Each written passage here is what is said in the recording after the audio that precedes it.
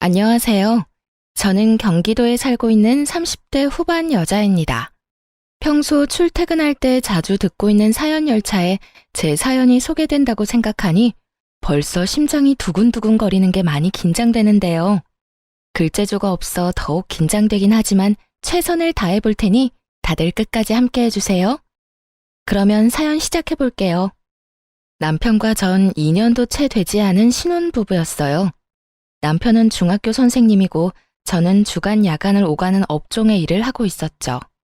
근무 특성상 주말이란 개념이 따로 없었고 주간과 야간을 오가는 일이었기에 휴무가 맞지 않는 주말엔 혼자 시간을 보내야 하는 남편이 걱정이 되더군요. 선생님이란 직업이 워라밸이 좋잖아요. 근무 시간도 좋고. 퇴근 시간이 빠른 남편에 비해 저는 저녁에 출근할 때도 많았어요. 제가 이런 걱정을 할 때마다 남편은 이렇게 말해주었어요. 에이, 별 걱정을 다 한다. 우리 연애할 때도 그랬는걸 뭘. 나 혼자 잘 놀아. 알잖아. 날씨 좋으면 등산도 가고 낚시도 다니고 가끔 친구들끼리 캠핑도 다녀오기도 하니까 내 걱정은 전혀 하지 말고 일해. 난 정말 괜찮아. 그래. 조금만 더 혼자 놀아. 나 인사이동 시즌 곧 다가오니까 그때 기회 봐서 부서 이동하려고 계획 중이니까. 이렇듯 남편은 혼자서도 잘 놀고 있었고 전 저대로 남편과 더 많은 시간을 함께하기 위해 인사이동 시즌을 기다리고 있었죠. 이런 저희 부부에게 조금의 문제가 있다면 시댁이었어요. 연봉은 제가 남편보다 더 높은데도 불구하고 시댁에선 절 못마땅해 했어요. 그 이유는 바로 제가 남편과 같은 선생님이 아니란 사실 때문이었는데 그것도 저에게는 참 어이가 없었어요.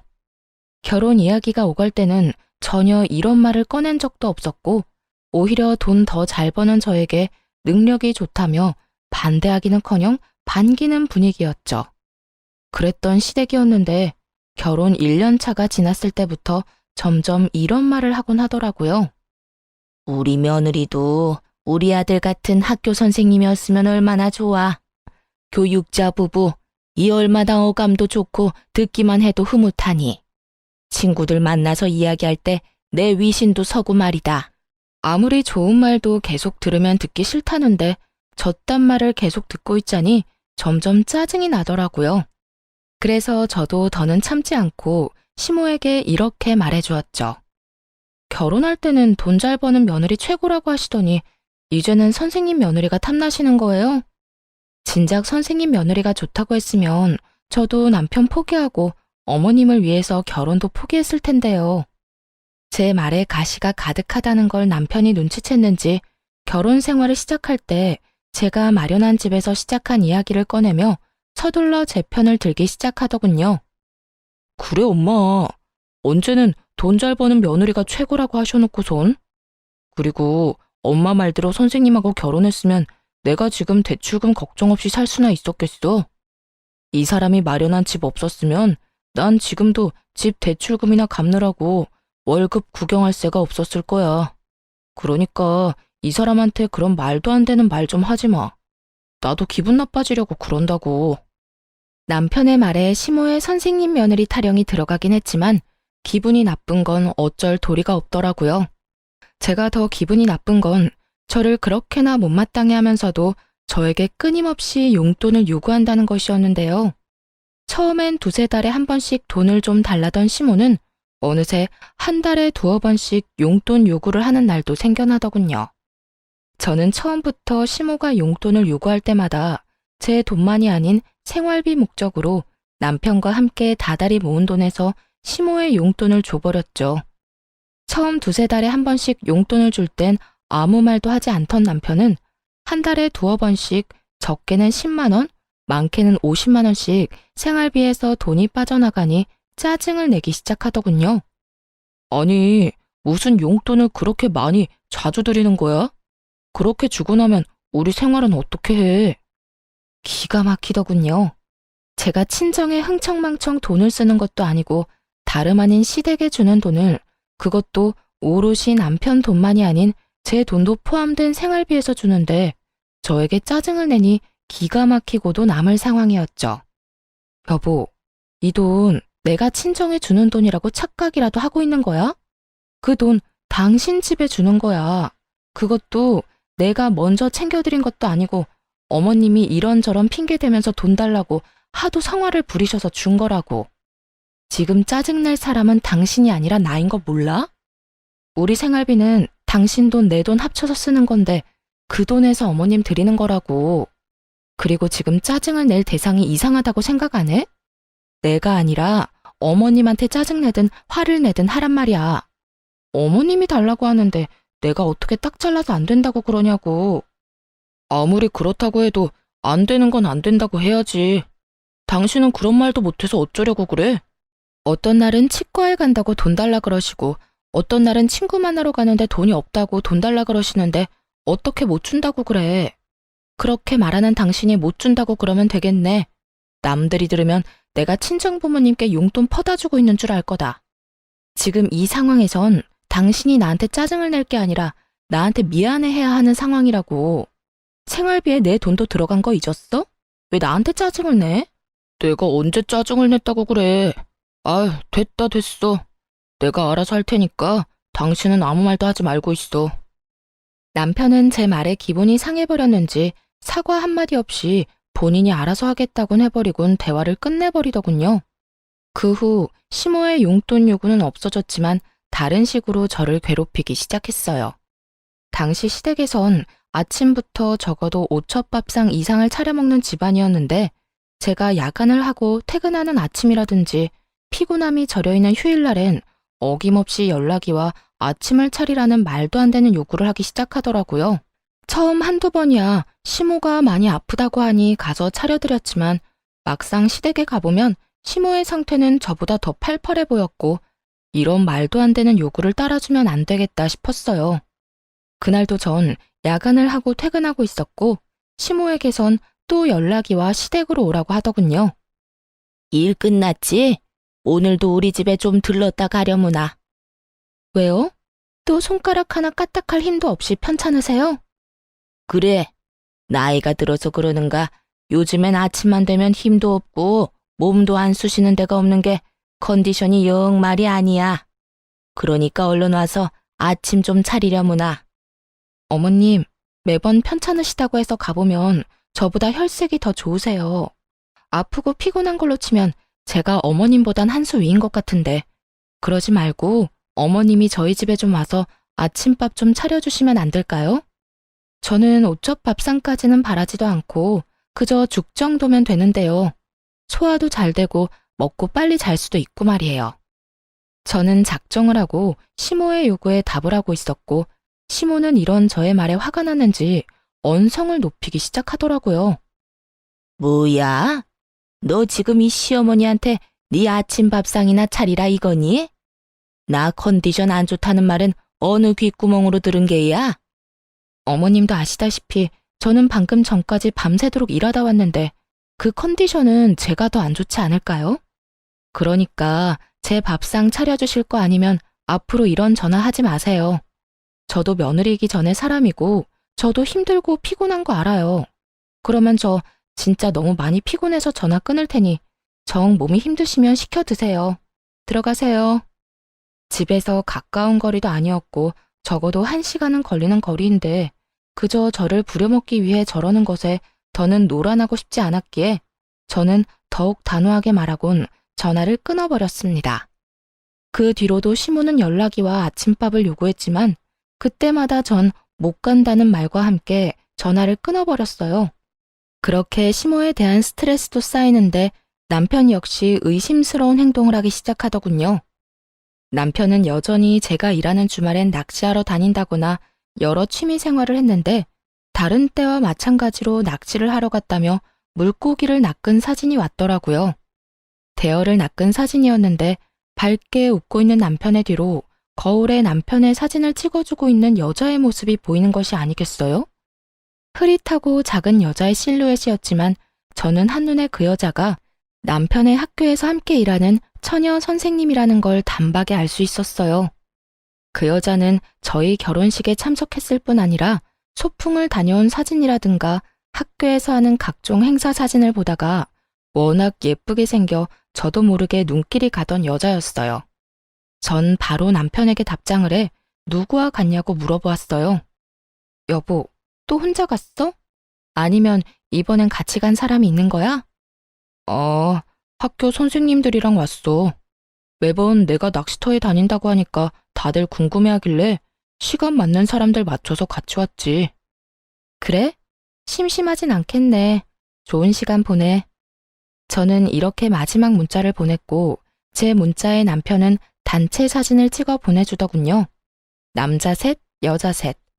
짝을 맞춰 놀러 간 것이 걸리긴 했지만 더는 이런 식으로 의심을 했다간 정말 끝도 없을 거란 생각에 나쁜 쪽으로 생각하지 않으려고 무던히 애를 썼습니다. 거기에다 돌아온 남편의 휴대전화를 살펴봤을 때도 수상한 내용도 없었기에 괜한 오해로 사람을 의심하지 말자고 생각했던 것이었죠.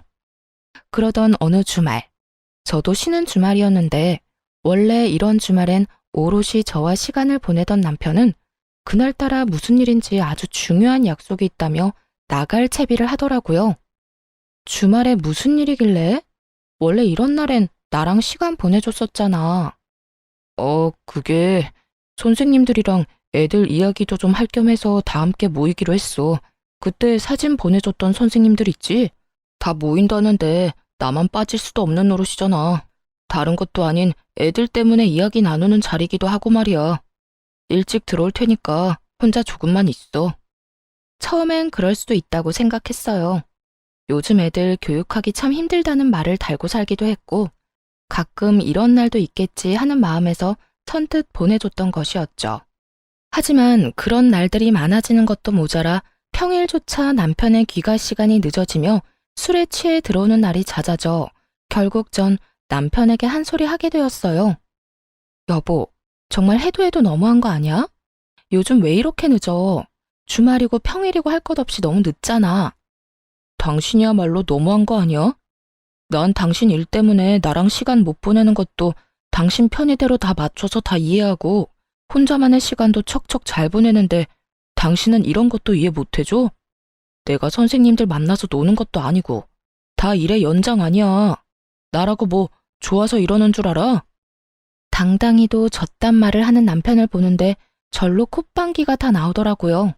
일의 연장이라는 사람이 짝 맞춰서 낚시 다니고 캠핑 다니고 허구한 날 술 마시러 다니는 게 말이나 된다고 생각하세요?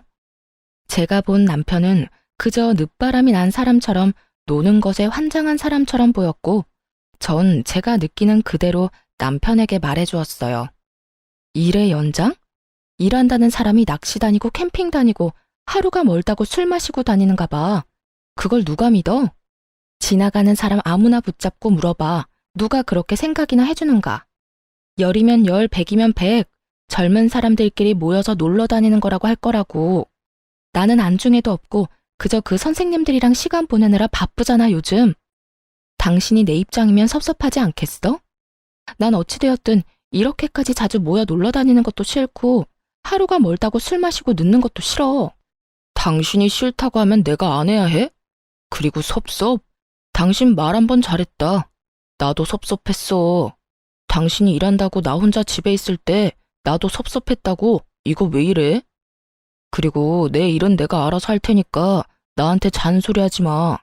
당신 눈엔 내가 놀러 다니는 걸로 보일지 몰라도 난 낚시 다니고 캠핑 다니면서 선생님들이랑 깊은 대화도 많이 하고 애들 이야기도 많이 해서 도움이 많이 된다고. 그러니까 더는 이런 걸로 실랑이하지 말자. 당신 아니라도 나 요즘 피곤해. 남편은 더는 저와 대화도 하기 싫다는 듯 고개를 좌우로 내저으며 자리를 피해버렸고 그 뒤로 늦는 일이 줄어들지 않더군요. 그때까지만 해도 남편의 외도 사실은 전혀 상상치도 못했던 일이었기에 더는 우리 사이가 멀어지는 것이 너무나도 싫었던 저는 어떻게 해서든 잘 살아보려고 애썼어요. 한마디를 해도 더 다정하게 하려고 했고 남편이 늦더라도 될 수 있으면 이해해 보려고 했죠. 그럼에도 남편은 점점 더 멀어지는 느낌이 들었고 전 남편과의 관계 개선을 위해 남편이 운동을 간 헬스장으로 간식을 싸들고 찾아가게 되었죠.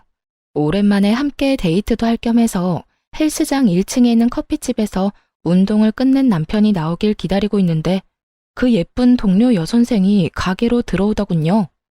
우연이라고 하기엔 그 모든 상황이 의심스러웠던 저는 황급히 여선생의 눈을 피해 구석진 자리로 피했고, 얼마 지나지 않자 남편이 카페로 들어와 여선생의 맞은편에 앉았어요.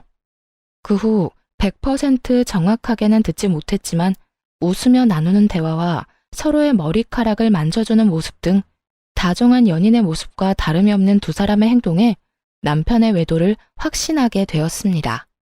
자기야, 여기. 왜 이렇게 빨리 왔어? 오늘 운동 길게 한다더니. 자기가 여기까지 왔다는데 내가 운동이 되겠어? 자기 밑에서 기다린다는 연락 받자마자 씻고 내려왔지. 으이그, 난 괜찮은데. 머리카락에 물기 있는 것 좀 봐. 머리라도 다 말리고 오지. 그나저나 그 여자는 어때? 이혼 이야기 나올 것 같아? 우리 집에서 요즘 난리야. 만나는 사람 있으면 빨리 데리고 오라고. 곧 이혼 이야기 나올 것 같아. 나도 집에서 말 한마디 걸지도 않고 묻는 말에 대답만 하고 있거든. 집사람은 어떻게 해서든 풀어보려고 했는데 내가 반응이 없으니까 점점 지치는 눈치더라고. 정말? 다행이다. 그러면 우리 집에는 조만간 인사 온다고 할게. 그런 줄 알고 자기도 옷도 새로 좀 사고 미용도 좀 하고 해. 우리 아빠 깔끔한 거 좋아하셔. 양복도 싸구려 말고 가격대 좀 있는 거 사입고. 걱정하지 말고 날짜 정해지면 이야기나 해줘. 정신이 멍해지더라고요. 아무리 우리 사이가 멀어졌다고 한들 결혼한 지 얼마나 됐다고 벌써부터 다른 여자들 만나나 싶기도 했고, 내 눈앞에 펼쳐진 현실이 꿈이길 바라고 또 바라기도 했고요. 거기에다 단순한 외도라고 해도 정신이 나갈 지경인데 아예 저와 이혼을 하자마자 재혼까지 할 생각을 하고 있다니 정말 하늘이 노랗더라고요. 하지만 가혹한 현실은 모든 제가 처한 사실이었고, 그 자리에서 두 사람에게로 다 뒤집어 엎어버리고 싶은 걸 겨우 참고 집으로 돌아왔어요. 그날 밤 몰래 남편의 휴대전화를 살펴본 결과 여전히 남편의 휴대전화는 깨끗했고, 전 잠든 남편의 차 열쇠를 찾아 블랙박스를 살펴보았어요. 휴대전화는 다 지웠더라도 블랙박스는 어찌하지 않았겠지 싶었거든요. 아니나 다를까 남편의 블랙박스는 모두 외도 증거를 담고 있었고, 온갖 충격적인 대화가 다 녹화되어 있더라고요. 자기야, 다음 주에는 선생님들한테 캠핑 가자고 하자. 어차피 다들 1박 안 한다고 하니까 나도 같이 집으로 가는 척하고 돌아오면 돼. 그래, 자기가 캠핑이 좋다고 하면 캠핑하러 가면 되지. 그나저나 나 이혼하면 자기랑 재혼쯤은 언제쯤 하는 게 좋을까? 너무 빨리 하면 다들 보는 눈이 곱지 않을 것 같은데. 타이밍 보고 될 수 있으면 빨리 하면 되지. 남일 3일이면 다 잊는다고? 자기 이혼한 것도 우리 재혼하는 것도 며칠 못 가 다 잊힐걸? 일단 이혼이나 해. 이혼만 하면 자기는 탄탄대로야. 우리 아빠 땡땡학교 교장 선생님인 거 알지? 인맥도 장난 아니고 그만큼 파워도 장난 아니야. 일단 이혼하고 우리 집에는 자기 초혼이라고 속이고 재혼부터 빨리 하면 돼. 그리고 아기도 빨리 가지고 말이야. 역시 우리 자기 똑똑하다니까. 그런데 재혼 사실 숨겨도 되겠어? 나중에 들키기라도 하면 큰일 날 텐데. 자기랑 나랑 조용하고 있으면 누가 알겠어. 그리고 나중에 혹시나 하는 상황 때문에 아기부터 빨리 낳자는 거야. 설마 애까지 낳았는데 우리 아빠가 이혼하라고 하시겠어? 속이는 게 마음에 걸리긴 하지만 자기 재혼이라는 사실 우리 아빠가 알기라도 하면 결혼 승낙은커녕 얼굴도 안 본다고 하실걸? 하긴 자기가 나 때문에 고생이 많네. 어찌되었든 고마워. 난 이제 자기 덕분에 탄탄대로 꽃길만 걷겠네. 당연하지. 나한테 잘해? 들어보니 두 사람은 무리지어 다니며 다 같이 1박까지 한 것이 아니라 남편은 낚시터나 캠핑장에 계속 있고 상간녀는 무리와 함께 집으로 돌아가는 척을 하다가 다시 돌아와 남편과 시간을 보내는 방법으로 둘만의 시간을 보냈던 것이더라고요. 이로써 이혼에 필요한 증거들은 모아졌고 전 복수를 계획하게 되었습니다. 두 사람의 대화를 들어봤을 때 상간녀의 아빠는 옆 동네 사립고등학교 교장 선생님으로 교육자 집안에 꽤 집착하는 걸로 보이더군요. 남편 역시 상간녀가 젊고 어린 것도 있지만 이런 상간녀의 조건 때문에 더욱 상간녀에게 잘 보이려 애를 쓰고 있더라고요. 두 사람은 저와 이혼을 될 수 있으면 빨리 한 후 재혼 역시 서두를 생각을 하고 있었고 그렇게 자신들의 앞날은 꽃길일 거라 확신하고 있었죠. 전 이 모든 걸 산산조각 내주어야겠다고 생각했고 저의 계획은 바로 다음 날부터 시작되었어요. 전 우선 블랙박스 복사본을 상간녀의 아빠 학교로 보내버렸어요. 상간녀가 워낙 자랑스럽다는 듯 학교 이름을 언급해주는 바람에 쉽게 복사본을 보낼 수 있었죠. 그 다음 복사본은 남편과 상간녀가 일하는 학교 교장실로 보내버렸어요. 퀵 배달 기사분이 친절하게도 직접 교장 선생님께 전달을 해주었다는 연락까지 주셨고 전 별다른 걱정 없이 집에서 두 사람을 기다리고 있었죠. 학교 점심시간이 되자 두 사람은 득달같이 집으로 왔고 저를 향해 온갖 비난의 말을 쏟아내기 시작하더군요. 여보세요? 당신 남편 바람 피우고 있는 걸 알았으면 조용히 이혼이나 할 것이지. 학교 교장실로 그런 걸 보내면 어쩌자는 거예요. 다 같이 망하자는 거야 뭐야? 일에서 못 배운 것들은 상종하면 안 되는 건데 굳이 이렇게까지 해서 내 앞길을 막았어야 했어요? 나도 배울 만큼 배웠고 나도 좋은 대학, 좋은 성적으로 졸업했어. 그리고 진짜 상종 못할 인간은 너 아니니? 남의 남편이랑 노란한 주제에 뭘 잘했다고 여기까지 찾아와서 큰 소리야? 불륜이나 저지른 주제에 앞날이 창창할 줄 알았니? 남편 간수 똑바로 안 한 사람이 잘못이지 내가 잘못인가요? 그리고 내 앞날은 이까진 일로 안 무너져요. 우리 집이 어떤 집인데. 이까짓 학교 그만두고 다른 학교 다시 다니면 되거든요? 어디 비빌 언덕 없는 자기랑 같은 줄 아나. 상간녀는 시골에 계시는 저희 부모님과 자신의 부모를 비교하며 비아냥거리기 시작했고 남편 역시 그런 상간녀의 편을 들며 저를 나무라기 시작하더군요. 그러니까 당신이 그런 짓 한다고 해서 복수가 될 것 같아? 우리가 당신 뜻대로 무너질 것 같아? 얼마나 보고 배운 게 없으면 그딴 교양 없는 짓거리를 해. 오늘 우리가 얼마나 개망신당한 줄이나 알아? 정말 누가 할 말을 누가 하는 것인지 알 수가 없는 상황이더군요. 거기에다 아직 앞날이 꽃밭일 거라 확신하는 걸 보니 아직 상간녀의 본가에선 아무런 연락을 받지 못한 것 같기도 했고요. 그 잘난 교장 아빠가 상간녀에게 연락을 하길 기다리려고 했지만 저딴 식으로 기고만장한 꼴을 더는 볼 수 없어 모든 사실을 알려주기로 했죠. 당신은 정신이나 좀 차려. 누가 할 말을 누가 하고 있는 거야? 교양? 보고 배운 게 없어? 그건 내가 할 말이라고 생각 안 하니? 지금 교양 없이 더러운 외도나 저지르고 있고 보고 배운 것도 없이 적반하장으로 화를 내고 있는 사람이 누군데 그딴 소리를 나한테 하는 거야? 그리고 지금 아주 큰 꿈을 꾸고 있는 것 같은데 내가 모든 사실을 안 이상 그 꿈도 물거품이 될 거라고 생각 안 하니? 뭐라고? 당신 그게 무슨 말이야? 또 무슨 짓을 한 거야?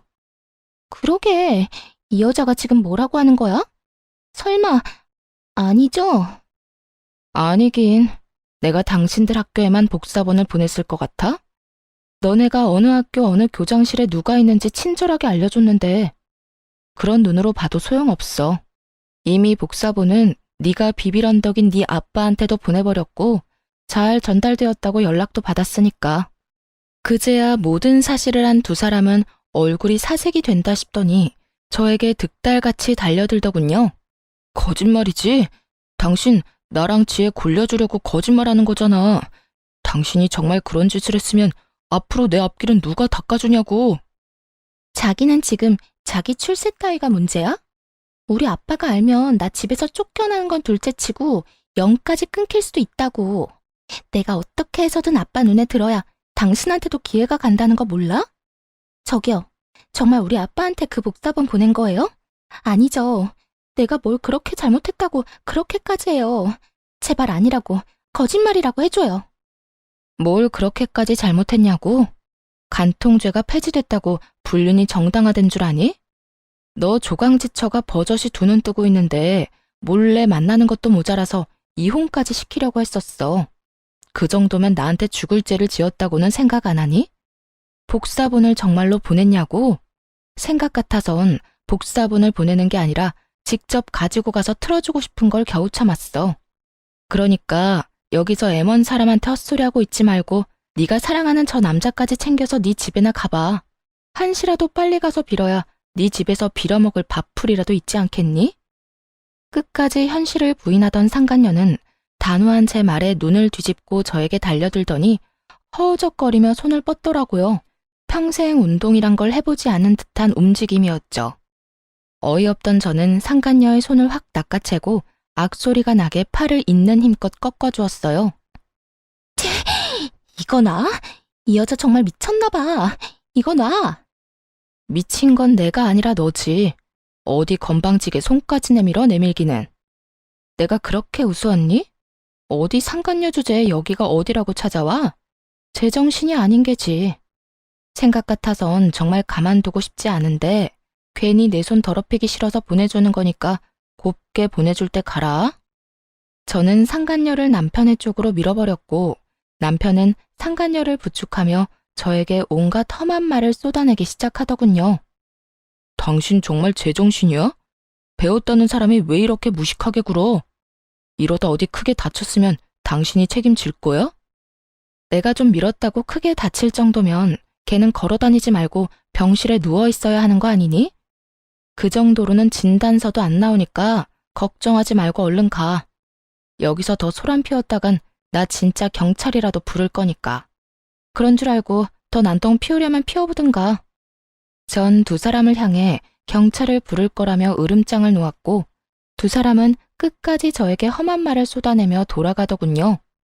전 두 사람이 가자마자 비밀번호도 바꿔버렸고 이 모든 것을 예상해 몰래 모든 상황을 녹화 중이던 휴대전화도 잘 챙겨두었어요.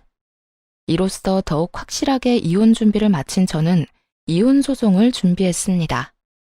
남편과 상간녀는 물론이었고 시모에게까지 위자료를 청구했어요. 시집살이 좀 시켰다고 시모에게까지 위자료 청구를 한 것이냐고요? 아니요. 제가 본 블랙박스엔 두 사람 말고도 시모도 함께 찍힌 녹화본이 꽤 있었는데 알고 보니 시모는 두 사람의 외도 사실을 진작부터 알고 절 괴롭히고 있었더군요. 그러니까 제 입에서 이혼 이야기가 나오게 저를 괴롭히고 있었던 것이었어요. 엄마, 집사람 괴롭히고 있는 거 맞지? 왜 별말이 없지? 말도 마라. 그렇게나 괴롭히는데 애가 기죽기는커녕 되려 나를 가르치려고 들고 있어. 넌 도대체 어디서 그렇게 독한 애를 데리고 왔니? 다른 여자들 같으면 이 정도 하면 울고불고 어머님 저한테 왜 이러세요? 말 정도는 나와야 할 텐데 네 집사람은 도리어 나한테 싫다. 앞으로 이런 거 시키지 말라고 하더라. 내가 기가 막혀서. 그래서 더 괴롭히지도 못한다는 말이야? 그러면 내가 그냥 이혼하자고 해야 해? 내가 이혼하자고 해도 집사람 안 해줄 텐데. 어이구 걱정하지 마. 이 엄마가 다 알아서 할 테니. 우선 네 할아버지 제사 다가오는 거 알지? 그때 불러서 일단 마음껏 부려먹으려 하고 있어. 그런데 우리 제사 안 지내잖아. 그러니까 더 화나는 거지. 이때까지 한 번도 지낸 적 없었던 제사를 갑자기 지낸다고 하면서 부려먹으면 더 화나지 않겠니? 다른 사람도 아닌 할아버지 제사라는데 안 올 수도 없을 테고. 그쯤 되면 시집살이도 그런 시집살이가 없다는 생각이 들면서 그냥 확 이혼하고 싶을 테니 조금만 기다려. 이야, 대단하네 우리 엄마. 고마워 엄마. 내가 재혼해서 잘 풀리면 엄마한테 정말 잘할게. 그래, 잘 좀 해. 그러게 진작 같은 학교 선생님을 만났으면 이런 고생은 안 해도 됐을 텐데. 어찌되었든 넌 아무 걱정하지 말고 재혼 준비나 잘 해놔. 아무리 제가 밉다고 해도 시모까지 이혼을 돕고 있다는 사실을 알았을 땐 정말 치가 다 떨리게 화가 났었는데 소송을 하다 보니 그 더러운 계획에 함께해준 시모에게 고맙다는 마음마저 들더군요. 그 덕에 저는 받을 위자료도 더 많아졌고 기분도 통쾌해졌으니까요. 그렇게 전 세 사람 모두에게 위자료를 받고 이혼할 수 있었고 세 사람의 계획은 물거품이 되고 말았습니다. 공무원은 품위 유지 의무가 있는 거 다들 아시죠? 올바른 행실을 보여주고 교육자의 명예를 실추시키면 안 되는 두 선생님이 학생들 몰래 불륜을 저질렀다는 충격적인 소문은 굳이 제가 직접 퍼뜨리지 않아도 이미 입소문이 퍼져 있더군요. 남일은 3일이면 잊혀진다고 당당했지만 불륜, 그것도 선생님이란 직업을 가진 두 연놈들이 그런 짓을 했으니 동료 선생님들 사이에서 오고 가는 이야기를 귀가 밝은 학생들이 모를 리가 없잖아요. 알게 되는 건 시간 문제인 거죠.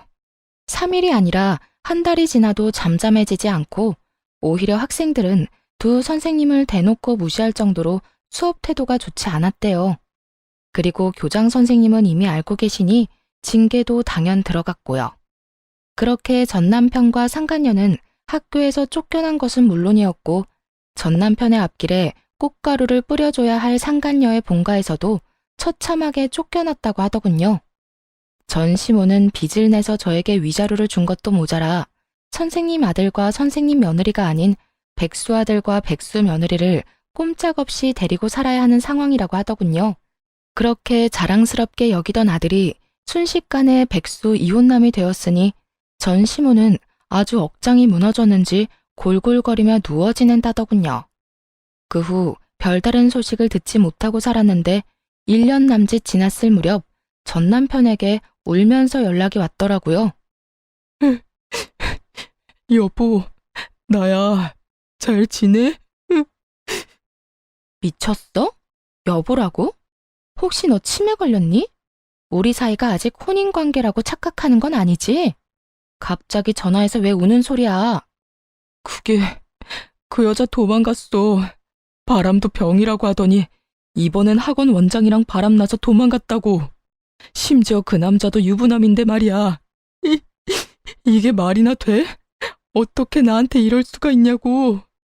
전 남편은 생각이란 없는 사람처럼 울고불고하며 저에게 하소연을 쏟아내기 시작하더군요. 들어보니 학교에서 쫓겨난 두 사람은 학원가를 전전하며 취업 자리를 알아봤지만 불륜 딱지가 제대로 붙어버린 두 사람의 취업은 쉬운 일이 아니었죠. 그러는 와중 상간녀는 학원에 취업이 되었는데 그 원장과 바람이 났고 그 원장 역시 유부남인데 바람이 나서 도망을 갔다며 하소연하는 전 남편을 보니 참 한심하다는 생각이 들더군요. 너야말로 참 가지가지한다. 네 부인이 다른 유부남이랑 바람나서 도망간 이야기를 왜 나한테 하는 거야? 그렇게 친구가 없니? 내가 무슨 네 친구쯤으로 착각하는 것 같은데 나 네 친구 아니고 너 새끼랑 이혼한 전 부인이야. 그것도 네가 바람 피워서 헤어진 전 부인. 제가 후통을 쳐대자 전 남편은 그제야 정신이 조금 돌아왔는지 우는 소리를 멈추고 저에게 사과를 하기 시작하더군요. 이혼하는 그 순간까지 단 한 번도 한 적이 없던 사과를 말이죠. 미안해. 내가 정말 미쳤었나 봐. 당신도 알다시피 우리 집도 나한테 큰 도움이 되는 집도 아니었고 그렇다 보니 그 여자 배경에 혹해서 나도 모르게 그런 결정을 내렸었어. 지금 와서 생각해보니까 내가 당신한테 정말 하면 안 되는 짓을 했다 싶어. 당신 같은 여자가 또 없는데 말이야. 이제 와서 그딴 말 하면 뭐래? 우리 어제 이혼한 것도 아니고 1년 전에 이혼했어. 거기에다 지금 부인이 바람나서 도망간 이 타이밍에 나한테 사과를 한다고? 왜? 직접 당해보니 내 심정이 이해라도 됐나 봐? 내가 직접 당해보니까 정말 당신한테 못할 짓 했다 싶더라. 내가 정말 미안해. 전 남편은 우물쭈물 말꼬리를 흐리며 말을 아낀다 싶더니 결국 준비한 말을 꺼내기 시작하더군요. 그래서 하는 말인데 우리 다시 시작하면 안 될까? 뭐라고? 나보고 네 상간녀를 하란 이 말이니? 왜? 네 와이프 바람난 꼴 보니까 너도 외도라도 저지르고 싶니? 아니, 그런 게 아니라 내가 다 정리하고 당신한테 갈 테니까 새 출발하자는 말이야. 당신이 다 용서하고 나 받아주면 나 정말 잘하면서 살게. 최선을 다하고 당신만 바라보면서 살게. 정말 제가 얼마나 만만했으면 이제 와서 이딴 말을 할 수 있을까요? 그냥 용서만을 구하려고 연락을 했다고 해도 이가 갈릴 것 같은데 바람난 부인이랑 정리하고 올 테니 다시 저와 재결합을 하자니 정말 눈앞에 있다면 뒤통수를 올려붙이고 싶은 심정이었어요. 넌 정말 내가 호구로 보이니? 이제 와서 네가 울고불고 사연팔이나 하면서 다시 한번 잘해보자고 하면 아, 우리 전 남편이 이렇게나 불쌍하니 내가 다시 한번 잘 데리고 살아야겠네 라고 생각할 줄 알았니? 그때도 그랬지만 너 진짜 되지도 않는 아주 큰 꿈을 꾸는 재주가 있네. 당신을 호구로 본다니 내가 언제 당신을 호구로 봤다고 그래. 난 그저 이제 와서 생각하니 당신한테 너무 미안하기도 하고 이런 일을 겪어보니 아직까지 내 마음엔 당신밖에 없다는 생각이 들어서 그래. 정말이야. 믿어줘. 나 아직까지 당신 많이 사랑해. 사랑? 진짜 소름 끼친다. 1년이 지난 지금에 와서 사랑까지 한다고? 진짜 그 뻔뻔함에 웃음밖에 안 나온다. 야, 한 번만 말할 테니까 잘 들어.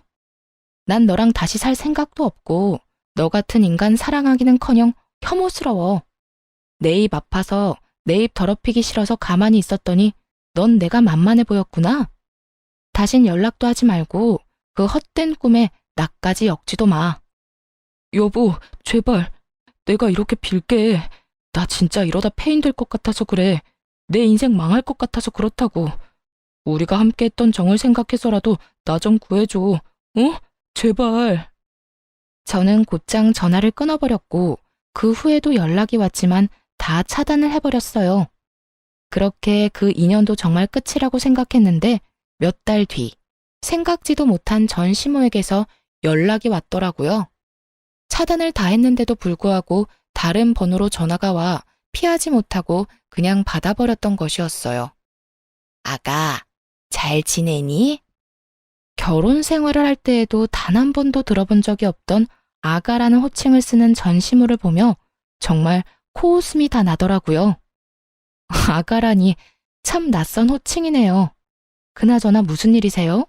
그래, 이야기 들었는지 모르겠는데 우리 아들 그 빌어먹을 물건이랑 이혼했어. 이제 호적도 깨끗해졌단다. 그거 참 잘 됐네요. 내가 경험해봐서 아는데 배우자가 바람나서 정신이 나가버리면 그거만큼 답 없는 상황이 또 없더라고요. 그냥 이혼하는 게 서로 편하죠. 그런데 그 소식 알려주려고 전화한 거예요? 전 그런 소식 궁금하지도 않고 듣고 싶지도 않은데요. 냉정하고도 단호한 저의 말에 전 시모는 잠시 한숨을 크게 내쉬더라고요. 그렇게 잠깐의 정적이 흐르는가 싶더니 어렵게 말을 꺼내기 시작했어요. 그래, 내가 네 마음 다 이해한다. 얼마나 성훈이가 밉겠어. 그런데 잘 생각해보면 우리 성훈이가 잘못한 게 없기는 해. 그 젊고 예쁜 여자가 심지어 집안까지 교육자 집안인 여자애가 좋다고 그렇게 쫓아다니는데 남자라면 눈길이 가지 않겠니? 그 한 번 실수에 대한 벌은 충분히 지금 받고 있으니까 아가, 네가 우리 성훈이랑 다시 한번 잘해보면 안 되겠니? 그러니까 지금 저한테 직장도 없을 뿐더러 미래도 없는 사람이랑 다시 결합하라는 말인가요? 심지어 빚까지 있는 남자랑요? 빚은 내가 어떻게 해서든 다 갚아줄 테니 그건 걱정하지 말고 너희는 그저 잘 살기만 하면 돼. 너만 마음 돌려준다면 내가 너희 집엔 발걸음도 하지 않고 연락도 하지 않으마. 우리 성훈이 저렇게 두다간 정말 폐인 될 것 같아서 그래. 네 말대로 취업도 안 되고 집에서 술만 먹는데 내가 아주 미칠 지경이야. 그러니까 네가 좀 마음을 돌려먹으면 안 되겠니? 입에서 나온다고 다 말이 되는 건 아닐 텐데 전 시모는 헛소리를 말이라고 생각하며 잘도 뱉어내고 있더라고요. 아줌마 아들이 누굴 닮아서 그렇게 생각이 없나 싶었더니 다 아줌마를 닮았었네요. 내가 미쳤어요? 허구한 날 집에서 술만 퍼마시는 전 남편, 내가 뭐가 아쉽다고 재결합까지 해요? 뭐라고? 아줌마? 너 지금 말 다 했니? 아무리 그래도 아줌마라니. 네, 아줌마. 내가 이혼까지 한 마당에 어머님이라고 불러드릴 줄 알았어요? 그쪽이라고 해버리고 싶은 거 아줌마라고 해주는 거니까 고마운 줄이나 아세요. 그리고 빚을 갚아준다고요? 내가 알기론 아줌마도 저한테 위자료 주느라 빚쟁이인 걸로 아는데 무슨 수로 빚을 갚아준다는 말이에요? 아, 꼴에 살고 있는 그 집이라도 팔아서 해주려고요. 제발 헛된 꿈 좀 꾸지 마세요. 마음 떠난 사람 붙잡지도 말고요. 이년이 진짜 말이면 다인 줄 아나? 나라고 네가 좋아서 이렇게 연락한 줄 알아? 다 내 아들이 원하니까 자존심 접어두고 연락했더니 뭐? 아줌마? 헛된 꿈? 내가 이래서 네가 싫다고 했던 거야. 내 아들이 저 모양 저 꼴이 된 거 다 너 때문이잖아. 네가 그때 조용히 이혼만 해줬어도 내 아들이 저런 꼴이 될 일도 내 며느리가 바람이 나서 도망갈 일도 없었다고. 그러니까 네가 책임져. 재결합할 게 아니면 돈이라도 내놓으란 말이야. 나하고 내 아들이 준 위자료 다시 다 토해내. 그걸 왜 내가 책임져야 해요? 잘못을 했고 그러니 나한테 위자료까지 줬던 거 기억 안 나나 봐요. 아줌마 아들이 그렇게 된 거나 아줌마 꼴이 그렇게 된 거나 다 그쪽들 책임이지 내 책임 아니라고요. 그게 왜 우리 책임이야? 내가 말했지. 네가 순순히 이혼만 해줬으면 이런 일 없었다고. 네가 그런 것만 안 보냈어도 이런 꼴은 당하지 않았다고. 그러니까 돈 내놔. 돈 내놓으면 더는 귀찮게 하지 않을 테니 돈 내놓으라고.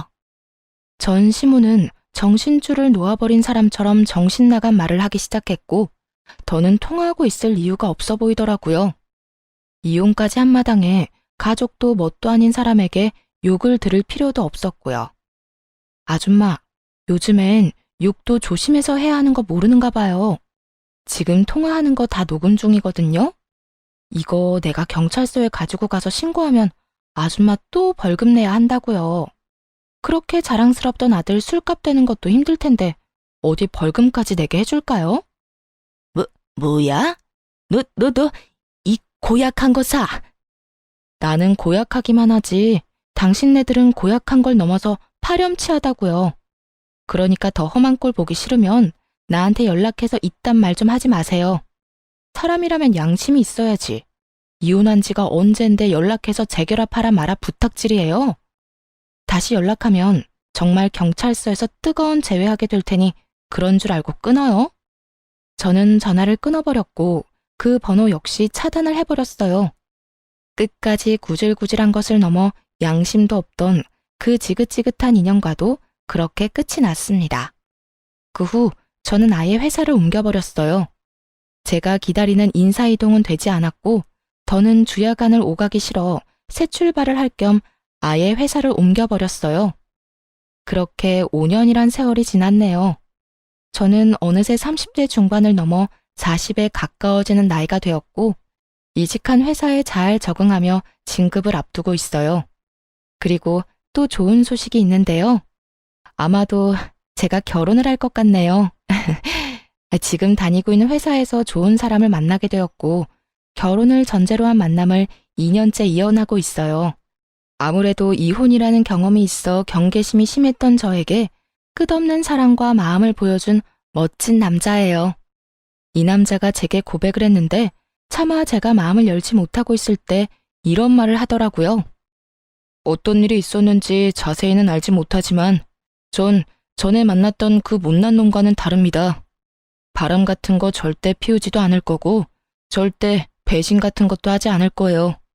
그러니까 제가 싫으신 게 아니라면 저한테도 기회를 주세요.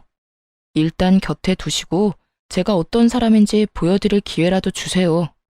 그렇게 곁에 둬보고도 제가 아니라고 하면 저도 군말 없이 물러나겠습니다. 이렇게까지 말하는 남자친구를 보며 저는 일단 곁에 두고 지켜보기로 했고 그렇게 연애하는 내내 한결같은 남자친구의 모습에 진지한 만남을 이어가게 되었어요. 다행스럽게도 남자친구의 집에서도 이런 저를 어여쁘게 여겨주고 계세요. 많이 걱정했었는데 예비 시부모님 모두 참 인자하고 좋으신 분들이더라고요.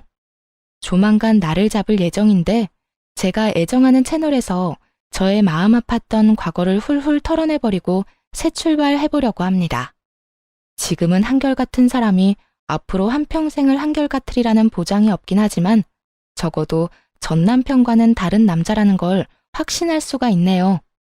저 역시도 안일하게 행동하지 않고 남편을 위해 노력하며 우리의 행복을 위해 잘 살아보려고요. 두 번의 실패는 하지 않도록 다들 응원해 주실 거죠? 사연을 들으시는 모든 분께도 아낌없는 응원을 보내며 저는 이만 물러가 볼게요. 긴 글 함께 해주셔서 감사합니다. 다들 행복하세요.